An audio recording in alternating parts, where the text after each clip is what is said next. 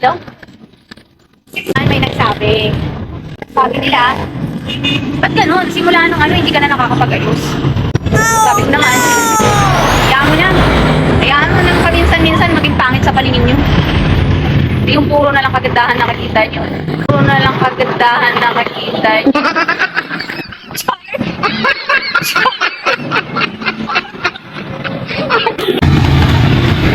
Ay, ayan, may kaple pa doon. Delikado yarn. Oh, ayan. Sana maayos nila.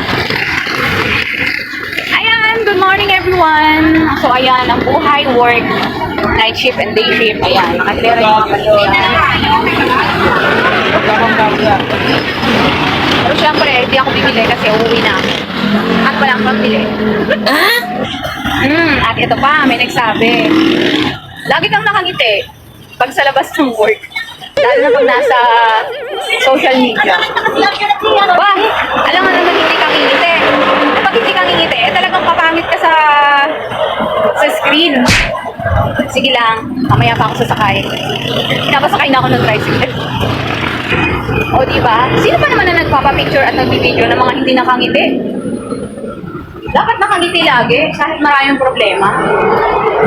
Tandamukal na nga yung problema mo, tapos ang pangit mo pa pag nakasimangot. O yan, ito muna tayo.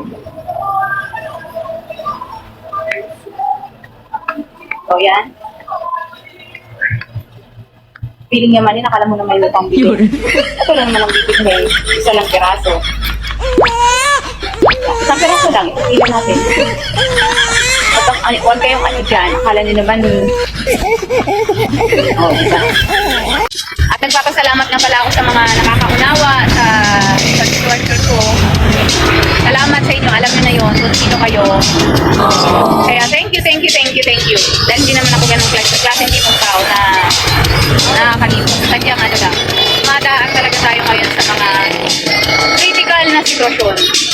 Kaya, shout out sa mga nakakaunawa sa akin. Maraming salamat sa inyo. Kapag halimbawa, pag pagkalooban tayo ng blessing, yung mga nakakaunawa sa akin talaga, yun talaga, in-return yan sa inyo, siksik-liglig at umaapaw. Kasama ko kayo. Ay, buhay. Pagkaganda-ganda ng life. Payo ko lang sa mga nakararami, sa lahat ng mga viewers, sa mga lahat ng followers, kung ano-ano man yung mga pinagdadaanan nyo sa buhay-buhay nyo. Nasa kabilang side ng isipin natin yung mga problema at syempre nasa kabilang side din ng isipan natin yung kailangan nating maging masaya sa kabila ng lahat dahil maiksi lang ang buhay, hindi natin masabi, bawat segundo ay mahalaga, kaya sulitin, pahalagahan ang bawat segundo at minuto ng ating buhay.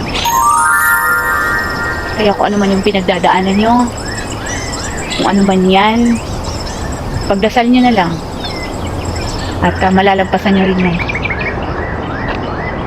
Kaya payo ko lang sa mga hindi nyo pa nagagawang mga bagay dito sa mundong ibabaw, gawin nyo na kung sa tingin nyo doon kayo nakakasiya.